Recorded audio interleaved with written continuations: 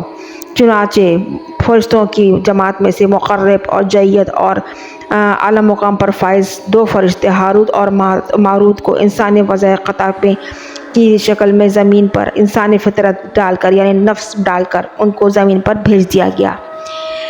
پھر جب وہ وہاں پہنچے تو صرف انہوں نے نہ صرف جادوئی علم لوگوں کو سکھانا شروع کیا، بلکہ ایک خوبصورت عورت زہرا، جس کے نام کا سیارہ بھی قائم ہے، حسن و جمال کے اس کے دام میں پھنس گئے، اور فطرت انسانی یعنی نفس کے ہاتھوں مجبور ہو کر ان کے فرشتے ہونے کے دعوے پر سب پانی پھر گیا، اور اس عورت کے بہکاوے میں آ کر انہوں نے پہلے شراب نوشی کی، پھر زنا جیسے گناہ مرتکب کر بیٹھے۔ شرک تو وہ کر ہی چکے تھے، اور اسی عورت کے کہنے پہ انہوں نے ان کے بتوں کے آگے سجدہ بھی کر ڈالا، اور پھر سارے وہ گناہ کر ڈالے جس کے اللہ تعالیٰ نے سختی سے ممانعت فرمائی تھی۔ اور پھر اسی گناہ کی پاداش میں اللہ تعالیٰ نے اپنے غیظ و غضب کے ساتھ ہاروت و ماروت کو بابل کے ایک کنویں میں تا قیامت تک الٹا لٹکا دیا، جسے ہم چاہے بابل یا بابل کا کنواں کے نام سے جانتے ہیں۔ یہ تھی اس شہر کی مختصر ترین مثال، بے مثال، کہ کس طرح وہ تہذیب و تمدن کا شکار ہوا، پھر اس کے بعد کس طرح تنزلی اور تغیری کا شکار ہوا، اور کیا محرکات تھے، کن وجوہات پر اس شہر کی بربادی ہوئی کہ آج تک وہ دنیا کے لیے مقام عبرت بنا ہوا ہے۔ مگر افسوس کہ آج بھی حضرت انسانی ان سب مقام عبرت کو دیکھ کر سمجھ بوجھ سے عاری ہے۔ سبق حاصل کرنا تو کجا، مزید اس معاشی بربادی اور بدحالی اور غلاظت میں مبتلا ہوئے جا رہا ہے۔ یہ سچ ہے کہ تاریخ میں گزرے واقعات سے انسان نے کبھی کوئی سبق حاصل کرنے کی کوشش نہیں کی۔ اسی بنیاد پہ انسان صرف گناہوں کے دلدل میں ڈوب کر اپنے اصل دنیا میں آنے کے مقاصد کو بھول چکا ہے۔ دعا ہے کہ اللہ تبارک تعالی ہم سب کا خاتمہ ایمان کی دولت پر کرے۔ یہ تو بہت مختصر سی معلومات تھیں، اگر ان کے لیے ویڈیو بنائے تو 5-6 ویڈیو سے کم کی یہ ٹاپک نہیں ہے۔ اگر ویڈیو پسند آئے تو لائک سبسکرائب ضرور کیجیے گا۔ شکریہ، جزاک اللہ۔